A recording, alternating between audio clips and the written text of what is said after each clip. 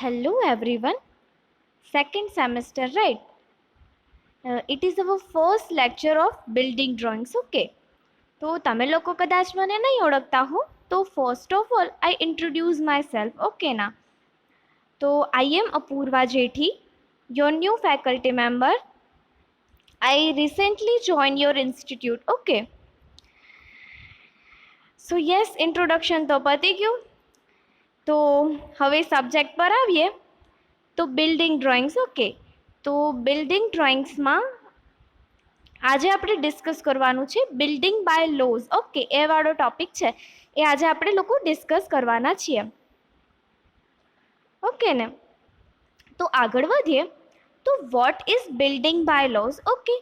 કે building bylaws છે એ શું છે? તો તમે લોકો સ્ક્રીન પર જોઈ શકો છો કે the rules and regulation framed by town planning authorities, okay? કે ટાઉન પ્લાનિંગ માટેની, કોઈ શહેરનું પ્લાનિંગ કરવા માટેની જે આપણી ઓથોરિટીઝ હોય, બરાબર, કન્સ્ટ્રક્શન ઓથોરિટીઝ હોય, એ covering the requirements of buildings, okay ને? કે શું છે કે the rules and regulation framed by town planning authorities covering the requirements of building, ensuring safety of the public through open space, minimum size of rooms and height and area limitation are known as a building bylaws, okay? કે આ જે છે authorities છે, construction authorities હોય છે ટાઉનની, એના દ્વારા કંઈક રૂલ્સ અને રેગ્યુલેશન્સ છે એ નક્કી કરવામાં આવેલા હોય છે, બરાબર? કે બિલ્ડિંગની છે અથવા પબ્લિકની સેફટી માટે છે, બિલ્ડિંગની રિક્વાયરમેન્ટ્સ રિલેટેડ કે જરૂરત શું છે બિલ્ડિંગની, ઓકે? પછી કે રૂમની છે સાઇઝ કેટલી રાખવી, હાઇટ કેટલી રાખવી, એના બધા જે લિમિટેશન્સ વગેરે હોય છે, એના રૂલ વગેરે હોય છે, એને આપણે લો કહી શકીએ, બરાબર ને? મીન્સ કે રૂલ્સ વગેરે હોય છે એને બિલ્ડિંગ બાય લોઝ કહેવામાં આવે છે. કે જે બધા લોઝ છે એ શું કહેવાય કે પ્લાનિંગ ઓથોરિટી હોય છે ટાઉનની, એના દ્વારા નક્કી થયેલા હોય છે, તો એને આપણે કહીશું building bylaws, okay? To rules and regulations which largely regulate the building activity should be formulated to get disciplined growth of building and the better planned development of a towns and cities. એટલે town અથવા city હોય એના better development માટે, right? કે એનું આપણે સારી રીતના જે ડેવલપમેન્ટ કરી શકીએ એના માટે છે કે આવી રીતના ઓથોરિટી દ્વારા રૂલ્સ અને રેગ્યુલેશન બનાવવામાં આવ્યા હોય છે અને એને રેગ્યુલેટ પણ કરવામાં આવે છે અને એને ડિસિપ્લિનરી ફોલો પણ કરવામાં આવે છે. તો શું કહેવાય કે ડિસિપ્લિનરી ગ્રોથ, ઓકે ને, એને ફોલો કરવામાં આવે છે, રાઈટ? તો એને આપણે બિલ્ડિંગ બાય લોઝ કહીશું. કે આવા રૂલ્સ અને રેગ્યુલેશન છે એ શું કામ બનાવવામાં આવેલા હોય છે? કે સારી રીતના પ્લાન્ડ ડેવલપમેન્ટ થઈ શકે, ઓકે? કે સિટીનું છે એ કે ડિસિપ્લિનરી અને પ્લાન્ડ ડેવલપમેન્ટ થઈ શકે એના માટે આવા લોઝ છે એ બનાવવામાં આવે છે, ઓકે? તો આગળ વધીએ. તો આ તો હતા મીન્સ કે ડેફિનેશન, એટલે કે બિલ્ડિંગ બાય લોઝ કોને કહેવામાં આવે છે, ઓકે? તો નેક્સ્ટ છે એ આપણે જોઈએ. તો કે બિલ્ડિંગ બાય લોઝ છે એટલે બિલ્ડિંગ બાય લોઝ બનાવવાની જરૂરત શું કામ ઊભી થઈ, કે એના ઓબ્જેક્ટિવ્સ, એના હેતુઓ જેને કહી શકાય કે બિલ્ડિંગ બાય લોઝ આપણે શું કામ બનાવવાની જરૂર છે. એમને એમ જ બિલ્ડિંગનું કન્સ્ટ્રક્શન ના કરી શકીએ? ઓથોરિટીની પરમિશન વગેરે લેવાની શું જરૂર છે, રાઈટ?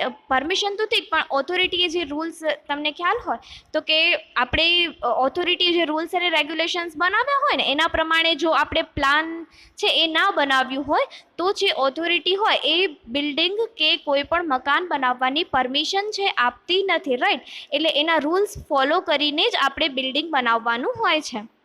તો એની જરૂરત શું છે, એના ઓબ્જેક્ટિવ્સ મીન્સ એના હેતુઓ છે એ આપણે જોઈએ. તો તમે જોઈ શકો છો કે objectives of building bylaws, okay? કે એના હેતુઓ છે એ શું છે? તો pre planning of building activity, એટલે બિલ્ડિંગ એક્ટિવિટીઝ છે એનું આપણે પ્રી પ્લાનિંગ કરી શકીએ એના માટે છે કે બિલ્ડિંગ બાય લોઝ બનાવવામાં આવે છે. Allow orderly growth and prevent hazard development, okay? કે ગ્રોથ સારું થઈ શકે એક તો બિલ્ડિંગનું, એમ ટાઈમ ટુ ટાઈમ આપણે કહી શકીએ ને, સારી રીતના ડેવલપ થઈ શકે. અને આ કોઈ જોખમી એવા કન્સ્ટ્રક્શન હોય, જોખમી ડેવલપમેન્ટ છે એને આપણે પ્રિવેન્ટ કરી શકીએ. એના માટે છે બિલ્ડિંગ બાય લોઝ જરૂરી છે, ઓકે?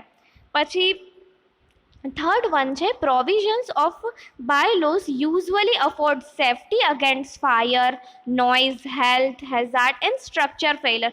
ઓકે, તો આ બધું છે કે નોઇઝ છે, હેલ્થ માટે સ્ટ્રક્ચર ફેઇલર થવાનું છે, એ બધા સામે છે આપણને સેફટી પ્રોવાઈડ કરે છે બિલ્ડિંગ બાય લોઝ, બરાબર. એટલે કે આપણે બિલ્ડિંગ બાય લોઝ પ્રમાણે છે એના રૂલ્સ અને રેગ્યુલેશન પ્રમાણે આપણે જો બિલ્ડિંગ બનાવ્યું હોય તો આવી બધી તકલીફો છે એ રહેતી નથી. ઓકે ને. પછી provide proper utilisation of a space achieved maximum efficiency in planning. Okay, તો આપણી પાસે જેટલી સ્પેસ છે એનું આપણે શું કહેવાય ઇફેન્ટ મેક્સિમમ છે એ યુઝ કરી શકીએ છીએ. ઓકે ને. એની એફિશિયન્સી છે પ્લાનિંગ, મેક્સિમમ એફિશિયન્સી આપણે યુઝ કરી શકીએ છીએ કે ઇન પ્લાનિંગ. ઓકે, પ્લાનિંગમાં આપણે જેટલું પ્રોપર પહેલું યુટિલાઇઝ કરી શકીએ છીએ. ઓકે, એની એફિશિયન્સી જેટલી હોય એ વધારે એફિશિયન્સી હોય એને યુટિલાઇઝ કરી શકીએ છીએ. આખું જે કવરઅપ એરિયા હોય તો કઈ કઈ જગ્યાએ રૂલ્સ અને રેગ્યુલેશન પ્રમાણે જઈએ તો આપણે લોકોએ એની મેક્સિમમ એફિશિયન્સી મતલબ કે જે મેક્સિમમ તાકાત હશે, ક્ષમતા હશે કોઈ પણ વસ્તુની, એ આપણે એનું યુટિલાઇઝ કરી શકશું. Okay. They provide health, safety and comfort to the people who live in building. Okay, કે જે લોકો બિલ્ડિંગમાં રહે છે એ લોકોને છે સેફટી, હેલ્થ અને કમ્ફર્ટ પ્રોવાઈડ કરે છે. ઓકે ને, બિલ્ડિંગ બાયલોઝ છે. Due to these bylaws, each building will have proper approaches, light, air and ventilation. Okay ને, કે આવી રીતના આપણે રૂલ્સ રેગ્યુલેશનથી બનાવેલું હોય કે આટલું સાઈડમાં મૂકી દઈએ જગ્યા, કે જે પણ ઓથોરિટીએ રૂલ્સ બનાવેલા હોય એના પ્રમાણે આપણે બિલ્ડિંગ બનાવીએ તો આપણને છે લાઇટ છે, એર, વેન્ટિલેશન એ સારા પ્રમાણમાં મળી શકે છે. રાઈટ. તો આ બધા હેતુઓથી આપણે જ્યારે બિલ્ડિંગ બનાવીએ ત્યારે બાયલોઝ પ્રમાણે બનાવવી જોઈએ, બરાબર ને. કે બાયલોઝનું યુઝ કરવાનું જે મુખ્ય હેતુ છે બિલ્ડિંગ બાયલોઝનું એ આ બધા છે કે આ બધા હેતુઓ માટે કરીને, સેફટી માટે કરીને છે, કે પછી આપણને આપણા જ ફાયદા માટે કે સારું લાઇટ છે, વેન્ટિલેશન છે એ આપણને મળી શકે છે, પછી આપણે હેઝાર્ડ કોઈ જોખમી ડેવલપમેન્ટથી બચી શકીએ છીએ, એના માટે કરીને આપણે લોકો છે એ આ શું કહેવાય બિલ્ડિંગ બાય લોઝ યુઝ કરતા હોઈએ છીએ. રાઈટ. તો આગળ વધીએ.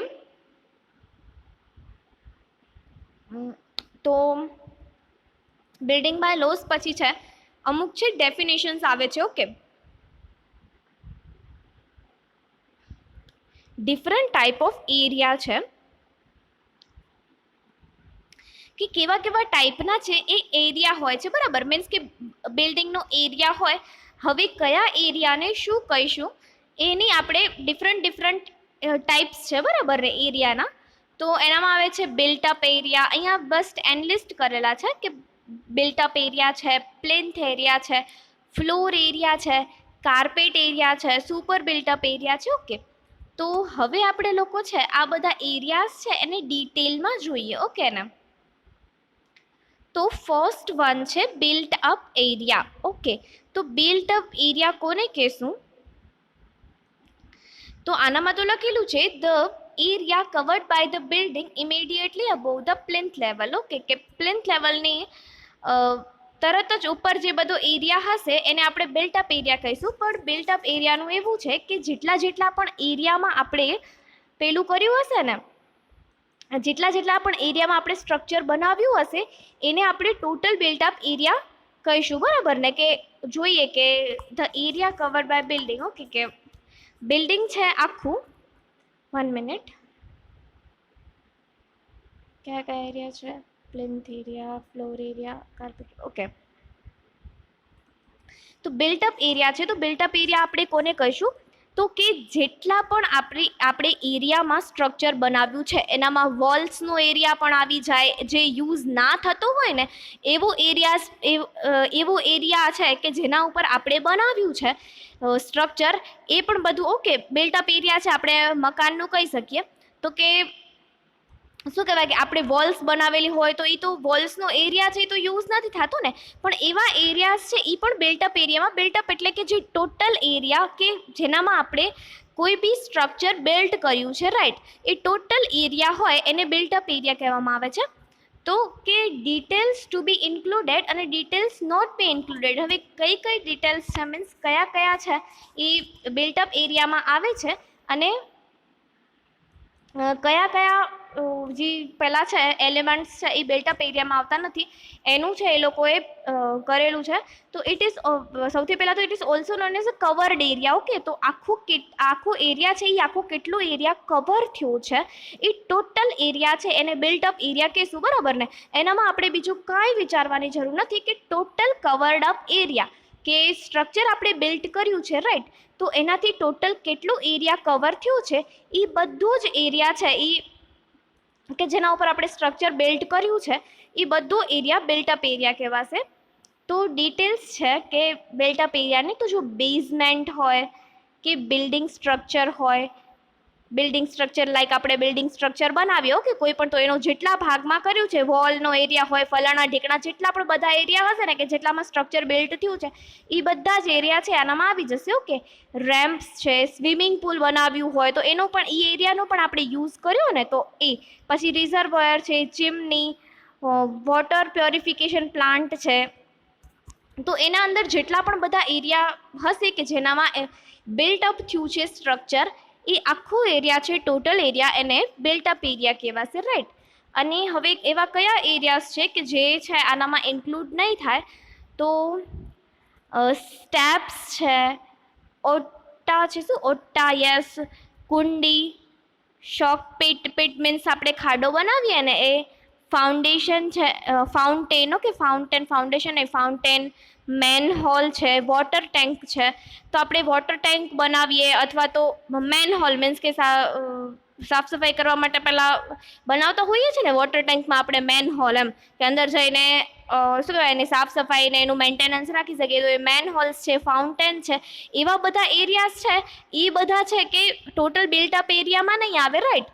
પણ જે આ બધા આલી સાઈડ લખેલા છે, સમજો કે લેફ્ટ સાઈડ જે બધા એરિયાઝ લખેલા છે કે સ્વિમિંગ પુલ છે, રિઝર્વોયર છે, ચીમની છે, એ એવું કાંઈ પણ આપણે બનાવ્યું હોય તો એનું જે ટોટલ બિલ્ટઅપ એરિયા આખા એરિયામાં સ્ટ્રક્ચર બનાવ્યું હશે તો એ ટોટલ એરિયા કહેવાશે, બરાબર. તમે સમજો ને કે આ મસ્ત ડેફિનેશન છે. It is also as known as a cover area, total covered up area, કે કેટલો એરિયા કવર અપ થયું છે એને આપણે બિલ્ટઅપ એરિયા કહીશું, રાઈટ.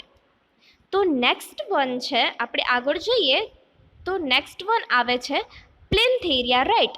તો પ્લિન્થ એરિયાનું એવું છે કે તમને લોકોને ખ્યાલ હશે કે ગ્રાઉન્ડ લેવલને ઉપર આપણે છે કે કોન્ક્રીટ ને બધું નાખીને પ્લિન્થ રેડી કરતા હોઈએ છીએ, બરાબર ને, કે એક સોલિડ ક્યુબ જેવું, એમ સોલિડ ક્યુબ તો નહીં પણ એટલું સોલિડ એવું વોલ્યુમ જેવું છે બનાવતા હોઈએ છીએ આપણે, પ્લિન્થ બનાવતા હોઈએ છીએ, પ્લિન્થ ભરતા હોઈએ છીએ, રાઈટ. તો જેટલા પણ એરિયામાં એ પ્લિન્થ ભરેલી છે, સોલિડ વોલ્યુમ આપણે જેટલા પણ એરિયામાં બનાવ્યું છે, તો એ જેટલા પણ એરિયામાં પ્લિન્થ ભરી છે ને, બરાબર, તો એટલા એરિયાને આપણે પ્લિન્થ એરિયા કહીશું, રાઈટ. એ તો સિમ્પલ છે.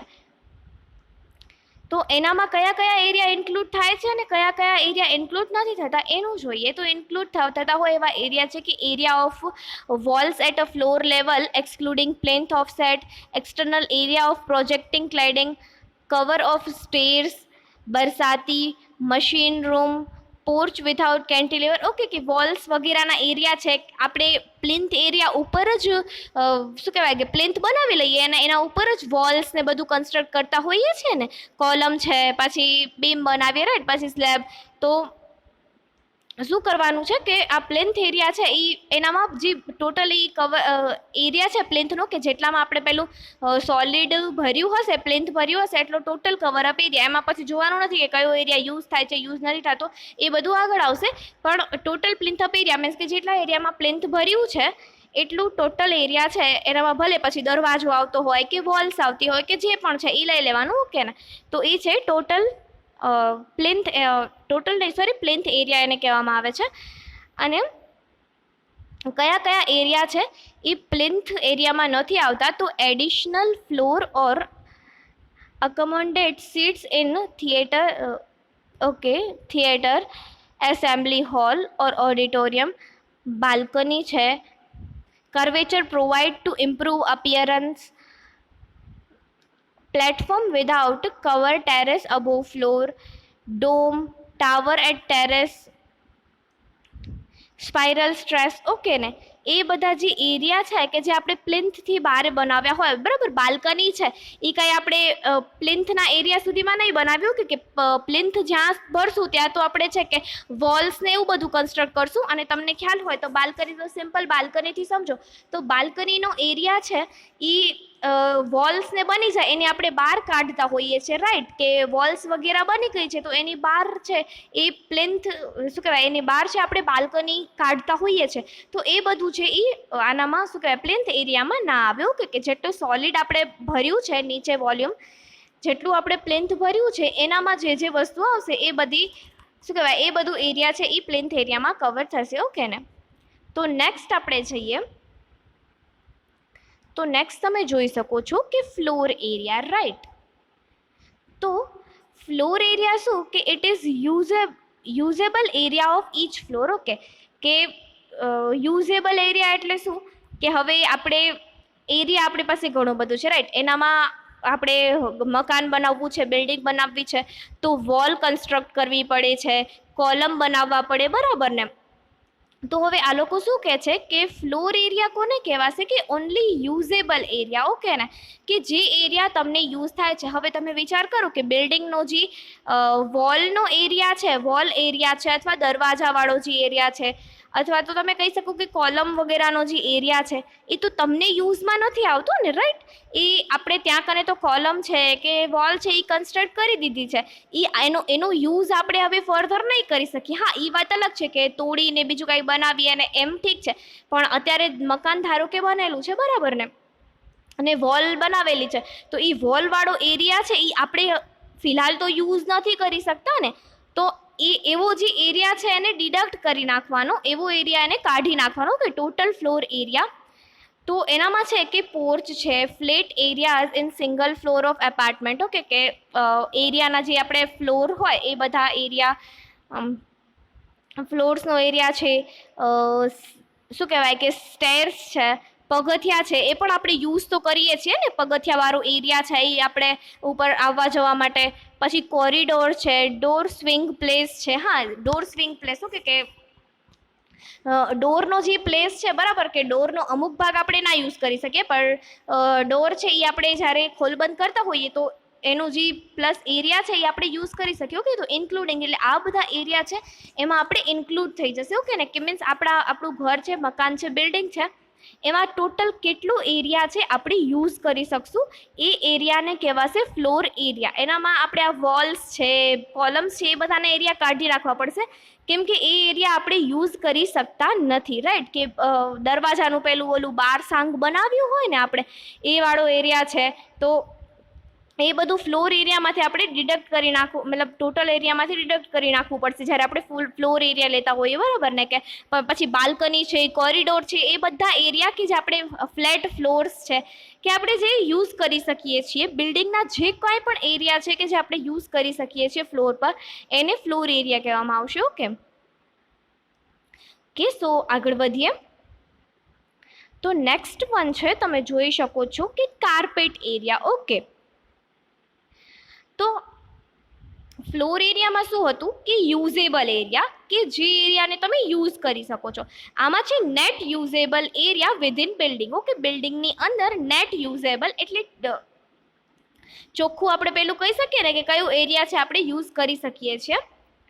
તો means the net area within a unit of a building excluding wall or column, service areas such as a washroom, kitchen, pantry, semi-open spaces such as a veranda or balcony and corridor or passages. એટલે હવે આ area કેવું છે, floor area અને આ એરિયામાં difference સમજજો કે ફ્લોર એરિયા છે એનામાં આપણે ખાલી વોલ્સ, કોલમ્સ એ બધાનો કે જે આપણે એરિયા યુઝ નથી કરતા એ બધાનો એરિયા ડિડક્ટ કરતા હતા, બરાબર ને. પણ હવે આ છે એનામાં અને બાકીનો જે બધો એરિયા છે, કિચન એરિયા છે, બાથરૂમ એરિયા છે, ઇનફેક્ટ સ્ટેર કેસ એરિયા છે, એ બધું ત્યાં કને ફ્લોર એરિયામાં આપણે લેતા હતા કેમ કે એ એરિયા આપણે યુઝ કરીએ છીએ, રાઈટ. પણ હવે કાર્પેટ એરિયા છે એ ફક્ત ને ફક્ત પેલું નેટ હોય ને કે નેટ યુઝેબલ એરિયા, મીન્સ કે એનામાં છે કે વોલ, કોલમ એ બધું તો નહીં જ આવે, પ્લસમાં આપણી સર્વિસ માટેના જે બધા હોય છે કે કિચન છે, વોશરૂમ છે,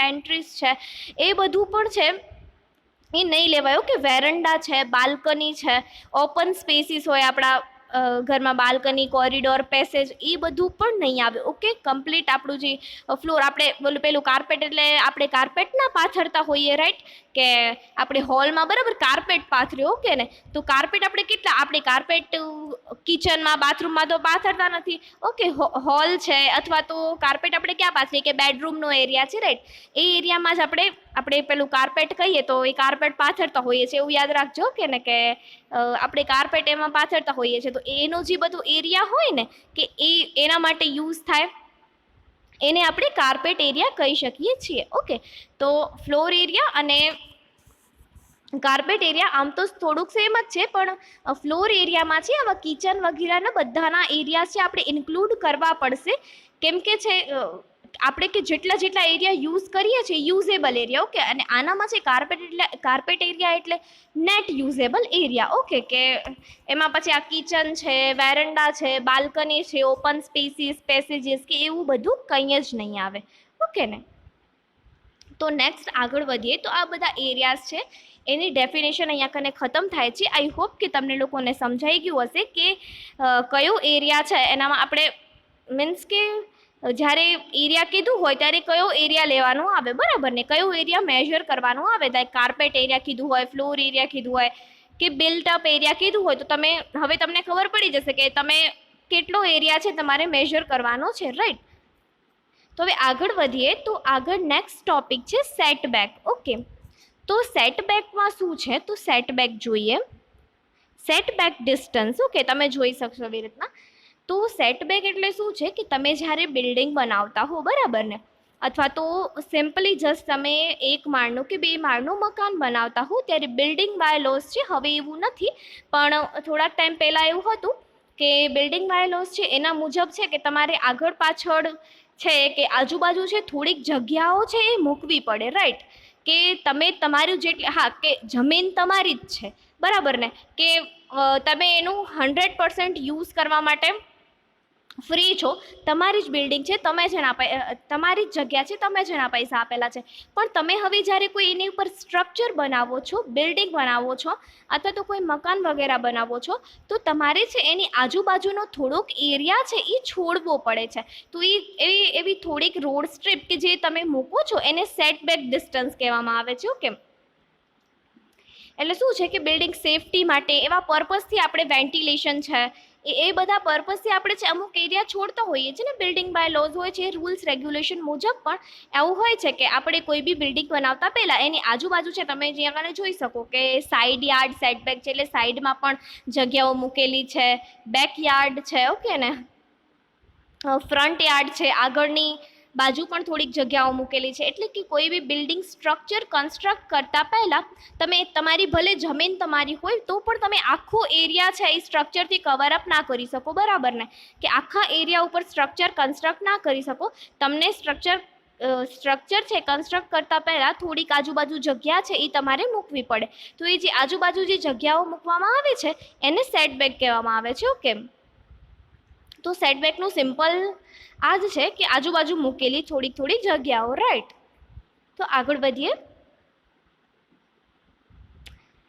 તો પરમિસિબલ સેટબેક ડિસ્ટન્સ એટલે હવે છે કે કેટલું સેટબેક મૂકવું પડે છે, કેટલી પરમિશન મળે છે સેટબેક મૂકવા માટેની.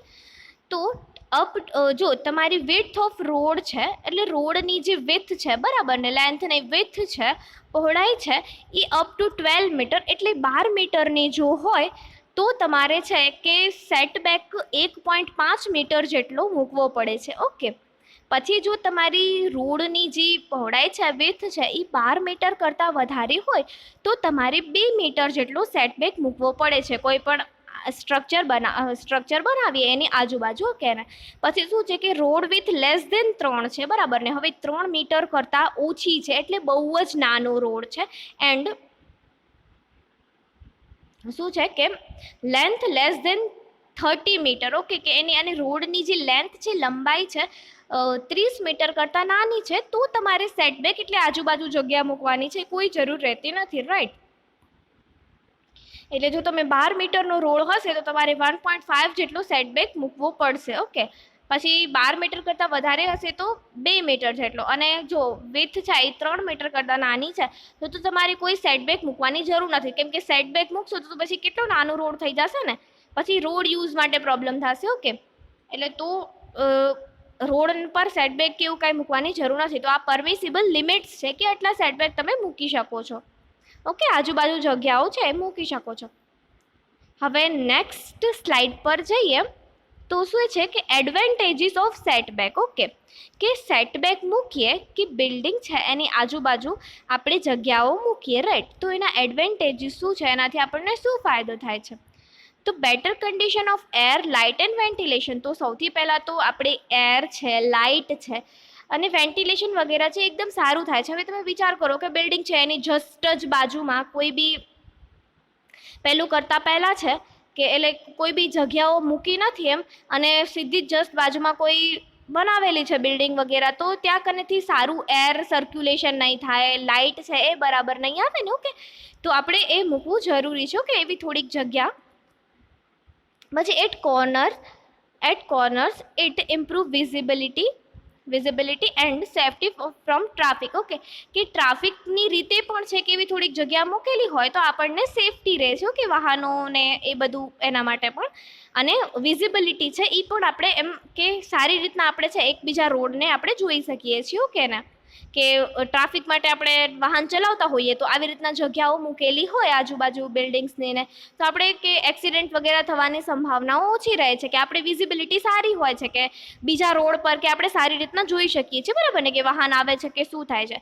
પછી સ્પેસ ફોર પાર્કિંગ. ઓકે, તો આપણને પાર્કિંગ માટે છે એ પણ સ્પેસ સારી એવી મળી રહે છે. પછી protection of building from street nuisance like noise. Okay, કે સ્ટ્રીટમાં જે એટલે કે ગલીમાં જે ઝઘડાઓ થતા હોય, નોઇઝ વધારે પેલું પ્રોડ્યુસ થતું હોય, બરાબર ને, અથવા તો સમજો ને કે નોઇઝ ખાલી ઝઘડાઓના લીધે નહીં બટ ટ્રાફિક ને એના લીધે પણ નોઇઝ થતું જ હોય છે, તો એના લીધે પણ આપણે થોડુંક એમ બિલ્ડિંગમાં જગ્યા મૂકેલી હોય તો સારું રહે ને, કે પ્રોટેક્ટ કરી શકીએ આપણે બિલ્ડિંગ આવા નોઇઝ પોલ્યુશનથી. પછી reduce the danger of fire from neighbour house. Okay, તો જો હવે બાજુમાં જ બિલ્ડિંગો બનાવેલી હોય તો એક બિલ્ડિંગમાં આગ લાગે, ફાયર થાય તો બીજી બિલ્ડિંગ એને તરત પકડી લે એવી સંભાવના વધારે છે. તો આમ વચ્ચે જગ્યાઓ મૂકેલી હોય અને શું કહેવાય કે દૂર બનાવેલી હોય, તો એમ દૂર એટલે બહુ તો દૂર ના હોય પણ એમ થોડીક જગ્યાઓ મૂકેલી હોય તો આવી રીતના આપણે ફાયરથી બી સેફટી મેળવી શકીએ છીએ. ઓકે, અને it provide privacy in building. Yes, કે આપણને છે એ પ્રાઇવસી છે એ પ્રોવાઈડ કરે છે, રાઈટ, બિલ્ડિંગમાં. તો ઓકે, તો આ થઈ ગયું સેટબેક. ઓકે, ખબર પડી ને કે સેટબેક એટલે શું, કે જમીન તો આપણી જ છે પણ આપણે તો બી એના પર આખી પહેલાં પર કન્સ્ટ્રક્શન વર્ક નથી કરી શકતા, રાઈટ, કે આપણને થોડીક રૂલ્સ અને રેગ્યુલેશન્સ પ્રમાણે થોડીક જગ્યાઓ આગળ પાછળ સાઈડમાં છે બિલ્ડિંગ બનાવતા પહેલાં એ મૂકવી પડે છે. તો એ જે જગ્યાઓ મૂકીએ તો એને સેટબેક ડિસ્ટન્સ કહેવામાં આવે છે. ઓકે, એ જસ્ટ આ બધા પર્પઝ માટે હોય છે, કે આપણી જ સેફટી માટે હોય છે, કે આપણી જ પ્રાઇવસી મળે એના માટે હોય છે, રાઈટ. તો ઓકે, તો બસ આજે આટલું રાખીએ, અહીંયા કને પૂરું કરીએ છીએ. Okay, so bye, have a good day.